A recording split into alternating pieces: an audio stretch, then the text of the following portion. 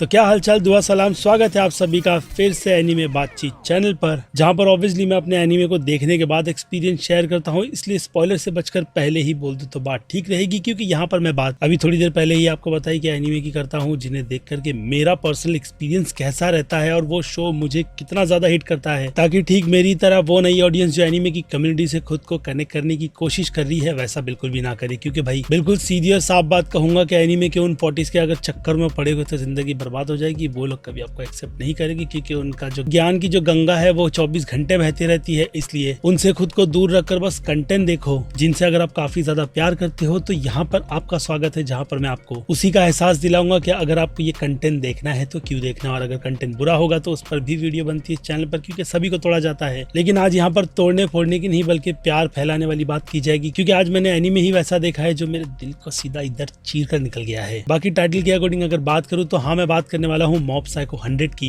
जिसके total 3 season है। एक सीजन में 12 एपिसोड्स है और एनीमे की प्रथा को कंटिन्यू करते हुए 24 से 28 मिनट के आसपास के एपिसोड्स होते हैं। देखना न देखना आप पर डिपेंड करता है। इस वीडियो से तो कन्विंस करने की कोशिश की जाएगी, क्योंकि मेरी नजर में ये काफी अंडररेटेड कंटेंट है। और अगर रीजन की बात करें तो जहां एनीमे के वो 14s आज की तारीख में नए नए एनीमेस के पीछे भागते रहते हैं, जैसे कि चेनसो मैन, गोजो के टट्टे आई मीन जुजुत्सु काइसेन, और डीमन स्लेयर की तो बात ही छोड़ दो। इसलिए कहीं ना कहीं विंडलैंड सागा की उतनी ज्यादा रिस्पेक्ट नहीं की जाती। लेकिन यहाँ पर बात हो रही है मॉब साइको की, तो मॉब साइको इन सभी के बीच इतना ज्यादा अंडररेटेड कंटेंट है कि काफी सारे जो एनिमेस के नए 14s होते हैं वो इस एनिमे पर अपना ध्यान ही नहीं देते। रीजन पर तो आगे बढ़ेंगे ही, लेकिन ये अंडररेटेड इसलिए है क्योंकि ये शो पूरी तरीके से 3 सीजन में अपना पैकअप कर चुका है, जिसकी एंडिंग को देख करके बहुत सारे लोग कंफ्यूज भी होते हैं। तो उस पर भी थोड़ी बहुत बातचीत करेंगे। जिससे पहले बात कर लेते हैं कि आपको क्यों इस एनिमे पर अपना समय देना चाहिए, जिसका सबसे पहला और बड़ा रीजन है इसकी मांगा। नहीं, मैं आपको उसको रीड करने के लिए नहीं कह रहा हूँ, बल्कि मैं आपको ये बता रहा हूँ कि मांगा बहुत ही ज्यादा खूबसूरत है, जिसकी हाँ स्टाइल को देख करके आप थोड़े बहुत कंफ्यूज बिल्कुल भी मत होना। जो बात आपको सभी ने बताई होगी अगर आपने वीडियो देखी है, तो मैं भी रिपीट कर यही बताऊंगा कि वन पंच मैन के क्रिएटर असल मायने में शो के क्रिएटर है, जिनकी आर्ट स्टाइल और आपको रेफरेंस वन पंच मैन यानी कि साइतामा का भी सीरीज में देखने के लिए मिल जाता है। इसलिए उसे देख करके कंफ्यूजन दूर रखो। लेकिन देखा जाए तो तीनों ही सीजन एनिमेशन स्टाइल की क्वालिटी में बिल्कुल भी डीप नहीं होता, जिससे कि इसके सीजन 2 में एक फाइटिंग वाला जो पूरा आर्क था, ज्यादा स्पॉइल नहीं कर रहा, बस ऊपरी तौर पर बताऊंगा, जिसे कागानाशी कहा जाता है। मैं नया हूं तो स्टाइल वही है कि नहीं, कमेंट में लिख करके बता देना। लेकिन हाँ, अगर कंपैरिजन की बात की जाए तो जेजेके का जो लेटेस्ट एपिसोड या फिर कहो अपने सुकुना की फाइट, जिस किसी से भी वो लड़ रहा था, वो स्टाइल देख करके जितने ज्यादा आप डिसअपॉइंट हुए थे, मैं भी अपनी डिसअपॉइंटमेंट पीक पर रखते हुए यही कहूंगा कि टट्टी बनाया था। लेकिन फिर भी कई सारे जो वो कहते हैं ना एनीमे 14 या फिर कहो कट्टर अंधभक्त जेजेके के उस फाइटिंग स्टाइल्स की टेक्निक को आपको बैठ करके एक्सप्लेन करेगी कि देखो कैसी है क्या है, तो उनका मुंह बंद करने के लिए मॉब साइको की सीजन 2 की वो फाइटिंग बैटल मेरे हिसाब से आपको सीधे उनके मुंह पर चिपका देनी चाहिए और दिखाना चाहिए कि असल में इस स्टाइल में आपको एनिमेशन करना है तो एनिमेशन का स्टाइल कितना ज्यादा खूबसूरत होना चाहिए। जिसके हिसाब से इसके एक्शन स्टाइल की भी बात करें तो पहले पप्पी दूंगा और कहूंगा कि भाई लाजवाब, जिसके हर एक सीक्वेंस आपको बहुत ही क्लियरली नजर आते हैं। यानी एक्शन के मामले में आपको ये शो हैंड टू हैंड से लेकर के जितने भी पावर सुप्रीम मोड में दिखाए जा रहे हैं डिसअपॉइंट नहीं करता, जो कि हाँ मेरी नजर में इस एनिमेटर और इनके जो भी स्टूडियो है उनकी रिस्पेक्ट मेरी नजर में 10 गुना बढ़ा देता है। क्योंकि यहाँ पर अच्छा खासा टाइम लेते हुए, जिसके अगर ईयर की बात की जाए तो साल 2016 से लेकर के 22 में पूरा पैकअप आप ईयर के हिसाब से ही देख करके लगा सकते हो कि मेकर्स यानी कि स्टूडियोज ने अच्छा खासा टाइम लेकर के इस एनिमेशन के स्टाइल को फनी के साथ साथ काफी ज्यादा स्टाइलिश रखा। स्टाइलिश काफी ज्यादा बार निकल कर आ गया, लेकिन खैर जो चीज अच्छी है तो उसके बारे में बोलना भी बनता है, वो भी स्टाइल के साथ। बाकी स्टूडियो की बात करें तो बोन स्टूडियो यही नाम दिखा रहा है। आप कमेंट में लिखकर बता देना मैं सही हूँ या गलत। लेकिन उससे हटकर यानी कि एनिमेशंस की इस बातचीत से हटकर सबसे ज्यादा जो इंपॉर्टेंट चीज है उस पर आ जाते हैं, यानी कि स्टोरी, कैरेक्टर, जिन सभी को मिलाकर के मैं अपनी नजर में प्रेजेंटेशन कहता हूँ वो कैसी है। तो हाँ, यही कहूंगा कि उन सब पर भी मांगा पहले से ही थी, जिसे पढ़ करके मांगा रीडर्स अपनी इमेजिनेशन के घोड़े दौड़ाते हैं, तो दूसरी तरफ स्टूडियोज भी ये काम एनिमेटर को कुछ उसी हिसाब से देता है, मांगा के पेजेस को दिखा करके कि हर एक पेज पलटते हुए वो बिल्कुल वैसी ही फीलिंग्स एनीमे में भी डाले। और फिर क्या था, यहाँ पर उसी तरीके से बढ़ते हुए इस कमाल की स्टोरी को काफी ज्यादा जो खूबसूरत बनाया गया है, उसमें स्टोरी पहले सीजन में ओपी लेवल की है, या फिर कहूँ इतनी ज्यादा बेस्ट के पहला ही सीजन हर एक कैरेक्टर को इतनी अच्छी तरीके से दिखाता है, हमें वो कैरेक्टर और उनकी इंपॉर्टेंस पता रहती है कि आगे कितनी ज्यादा वैल्यू डालेगी कैरेक्टर में। लेकिन आज शुरुआत अगर की जाए तो ये शो पूरी तरीके से मॉब साइको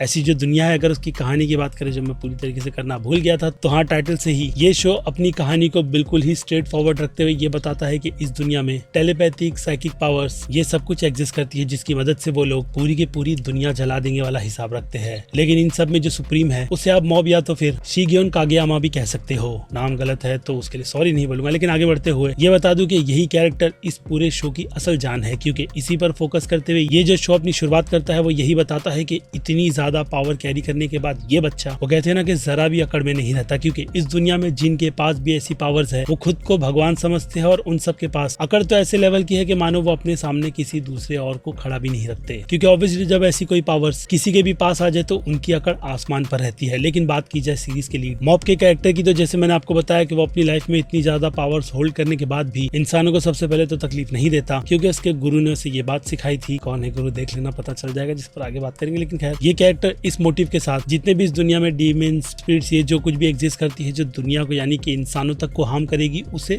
मिटा देता है। लेकिन इसके मास्टर इसे यूज करते हुए, हाँ यही वर्ड ठीक रहेगा, अपना बिजनेस काफी जोरों शोरों से चला रहे हैं, जिन सब में शिगियोन नाम लेने में बहुत प्रॉब्लम है, इसलिए अब मॉब ही कहूंगा। अपनी स्कूल की सिंपल लाइफ भी देख रहा है, क्योंकि वो एक काफी सिंपल सा लड़का है जिसकी अगर पावर्स को निकाल दो तो वो कहते हैं ना कि लूजर्स की कैटेगरी में आता है। इसलिए वो खुद को सुधारने के लिए हर किसी तरीके की जद्दोजहद करता रहता है ताकि वो किसी की नजर में आ जाए। किसकी, वो सीरीज देखना समझ जाओगे, जिसके लिए वो हर एक हदें पार करेगा। लेकिन ना सिर्फ बात उस लड़की की भी नहीं बल्कि दोस्तों की भी आए तो भी वो पीछे नहीं हटता। ऐसे में अगर उसके दोस्तों की भी बात की जाए तो वो भी उसकी इस तरीके की मेहनत यानी कि डेडिकेशन को देख करके उसकी भी मदद करते हैं। और ये शो फ्रेंडशिप के बारे में भी जो बहुत अच्छा लाइफ लेसन देगा, उसका मजा तो सीरीज देखकर ही आएगा। क्योंकि इस कैरेक्टर के अलावा आपको इस सीरीज में एक से एक कैरेक्टर देखने के लिए मिलेंगे, और अब उन पर बड़े तो नाम निकल कर आएगा मॉब के मास्टर राइगन का, जो मॉब की नजर में बहुत ही पावरफुल इंसान है, लेकिन असल मायने में वो एक फ्रॉड है जो बस बच्चे से, वो कहते हैं ना कि अपने पूरे बिजनेस का पालन पोषण कर रही है। लेकिन इस कैरेक्टर का विलन के तौर पर बिल्कुल भी मत लेना, क्योंकि ये कैरेक्टर अच्छी साइड तो है ही, और साथ ही साथ इसकी नसीब इतनी ज्यादा अच्छी है कि आप सीरीज देखो समझ जाओगे क्या बताने की कोशिश कर रहा हूँ। जिस हिसाब से पूरे शो में ये सपोर्टिंग कैरेक्टर भी आपका दिल जीतेगा, इस बात की मेरी गारंटी है। बाकी इस कैरेक्टर के बारे में बात करें जैसी बहुत सारी चीजें हैं, क्योंकि ये कैरेक्टर है ही इतना अमेजिंग, जिसके फाइनल सीजन का एंड देख करके भाई यार सच में दिल भर आता है। क्योंकि ये शो जैसी एंडिंग रखता है उसे देख करके, जैसे कि मैंने कहा था कि बहुत लोग कंफ्यूज हो जाते हैं, लेकिन ये शो हमें एक आधी अधूरी एंडिंग नहीं बल्कि एक परफेक्ट एंडिंग देता है, जिस एंड में स्पॉइलर नहीं है, मॉब खुद को ढूंढ रहा है। क्योंकि देखा जाए तो वो दुनिया के सामने जैसा खुद को नॉर्मल दिखाता है, उसी के साथ साथ अपनी एक चीज को यानी कि अपनी इच्छा को अंदर भी दबा कर रखता है, जो कि इसके आगे आने वाले सीजन में जब फटती है तो आप खुद देख लेना कि असल में उसका अंजाम क्या होता है, और उसके बाद उसका पे ऑफ, और फिर प्रपोज मारकर हाना वाली बातें, और उसके बाद मूव ऑन, इन सारी चीजों पर भी ये शो एक परफेक्ट एंड देता है। यानी बिना मतलब की तो ये शो बिल्कुल भी बातें नहीं घुमाएगा। हालांकि तीसरे सीजन में आपको थोड़े बहुत फिलर्स लगते हैं, लेकिन वो चीज एक काफी बड़ी जब बैटल हो जाती है तो शांति के तौर पर दिखाया जाता है, ताकि आप भी अपने दिमाग को जेजेके के शो की तरह हमेशा हाई पर ना रखो। क्योंकि उसके बाद जब ये शो अपने पिक को एक क्लिफ हैंगर के बाद बढ़ाता है तो फिर जैसे कि मैंने कहा एंड इतना ज्यादा सेटिस्फाई लगता है कि आप उससे किसी भी तरीके की कंप्लेंट नहीं करोगे। क्योंकि उस टाइम तक ये शो इसके सारे कैरेक्टर्स तो ग्रोथ लेते ही है, खास करके लीड, लेकिन उन सब के बीच आपकी भी अंडरस्टैंडिंग काफी ज्यादा बढ़ जाती है कि आपने सच में 3 सीजन का काफी अच्छा शो देख लिया, जिसने आपको लाइफ में बहुत कुछ सिखाया है। क्योंकि इतनी पावर्स को देखने के बाद ऑब्वियसली कई दूसरे लोगों की जलन भी निकल कर आती है, तो उन चीजों को भी ये शो कैरेक्टर्स वाइज बहुत ही अच्छी तरीके से हैंडल करता है। इसी हैंडल में अगर डिम्पल के कैरेक्टर की बात की जाए तो भाई साहब वो स्पिरिट है, दिख रही है स्क्रीन पर, इतनी आठ भर की बोलता हूँ, जिसकी शुरुआत दिखा करके यही बताया जाता है कि ये कैरेक्टर भाई कुछ नहीं होगा, लेकिन वो कैरेक्टर अपना एक मोटिव लेकर के रखता है, मेकर्स उसे भी ना भूलते हुए। जब उस कैरेक्टर का भी क्लोजर देंगे तो भाई आपकी आंखें ना भरे, तो कमेंट में लिख करके गाली दे करके गए तो बैंड बजा दूंगा भाई। कंट्रोल, अच्छी चीजें सीखी है तो पॉजिटिविटी पर ही रखते हुए मुझे लगता है सीधे शो की रेटिंग्स पर आ जाना चाहिए। हालांकि रेटिंग्स देने में बहुत ही ज्यादा दिक्कत होगी, क्योंकि 3 सीजन रेटिंग देना मेरी बुक की कैटेगरी में नहीं आता। लेकिन खैर, अब इस चैनल पर पैकेज ही वैसा बनाया है, तो फिर आगे बढ़ते हुए शुरुआत ही करें एक्शन की। तो जैसे कि मैंने कहा, एक्शन आपको इस शो के बिल्कुल भी डिसअपॉइंट नहीं करते, तो उस हिसाब से एक्शन मेरी नजर में 5 में से 4 स्टार लेंगे। और फिर बात की जाए कॉमेडी की, तो कॉमेडी भाई बहुत तगड़ी है। जिस टाइप की कॉमेडी अगर आपको नहीं जमती तो हो सकता है कि आपको कॉमेडी थोड़ी क्रिंज लगे, लेकिन इस तरीके की कॉमेडी जैसे कि मैंने कहा वन पंच मैन देखे हो तो आपको बहुत ज्यादा अच्छी लगेगी। क्योंकि पर्सनली मुझे इस तरीके की कॉमेडी और उनकी प्रेजेंटेशन काफी ज्यादा अच्छी लगती है, इसलिए कॉमेडी के लिए तो मेरी तरफ से ये रेटिंग 5 में से 4 स्टार की रहेगी। जिसके बाद बड़े ड्रामा पर तो नो डाउट ड्रामा भी इस कैटेगरी में 5 में से 4.5 स्टार लेगा। रीजन तो बता चुका हूँ कि कंटेंट कितना ज्यादा स्ट्रॉन्ग है, जो आप देख लो खुद ही समझ जाओगे। और फिर बात की जाए सस्पेंस की, तो शो में जिस तरीके से ट्विस्ट एंड टर्न्स डाले गए थे उसमें से कुछ तो प्रेडिक्टेबल थे, लेकिन कुछ बिल्कुल भी नहीं, जिसे ध्यान में रखकर सस्पेंस की ये कैटेगरी 5 में से 3.5 स्टार लेगी। और फिर आ जाए जाए सीधे हॉरर और थ्रिल पर, तो शो में हॉरर का एलिमेंट भी है कॉमेडी के तड़के के साथ, तो वहीं थ्रिल का लेवल भी इस शो ने मेंटेन करके रखा है। लेकिन याद रहे एनीमे है तो उसी हिसाब से इस कैटेगरी की रेटिंग भी होगी। जिन दोनों का बैलेंस बनाते हुए मैं इस कैटेगरी में शो को 5 में से 3.5 स्टार की रेटिंग दूंगा। और फिर बात की जाए मास ऑडियंस की, तो हाँ, मास ऑडियंस भी इस शो को अच्छा खासा एंजॉय करेगी, यानी उनकी नजर में ये शो बर्थ वॉच के हिसाब से एक ही कैटेगरी लेगा। तो वहीं बात की जाए क्रिटिक्स की, तो नो डाउट क्रिटिक्स को भी ये शो काफी ज्यादा पसंद ही आया होगा, जिसे मुझे लगता है कि वो लोग भी एक ही कैटेगरी में रखेंगे। और बात की जाए मेरी, जो इतनी अच्छी रेटिंग्स मैंने दी है, तो मजाल है कि मैं भी इसे ए से कम की रेटिंग दूंगा, जो कि ये शो डिजर्व भी करता है। और हाँ, एक और चीज, आपका प्यार भी, क्योंकि इस अंडररेटेड जेम्स को फिर से याद दिला दूं, अगर नहीं देखा है तो मस्ट वॉच पहले लिस्ट में डालो, इसे खत्म करो ठीक मेरी तरह। तो अब फिर क्या, रेटिंग बढ़ गई है तो वक्त है इस वीडियो को यहीं पर दी एंड करने का। बाकी मैं हूँ अजीज, मूवी स्टॉक नहीं बोलना है, एनीमे बातचीत चैनल सब्सक्राइब नहीं किया तो सब्सक्राइब कर लो। मिलते हैं ऐसी और काफी इंटरेस्टिंग वीडियोस के साथ,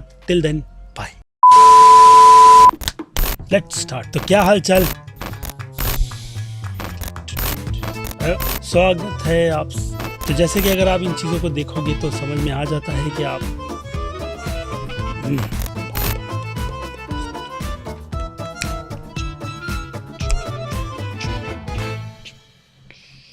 यहाँ पर फिनिश होगा।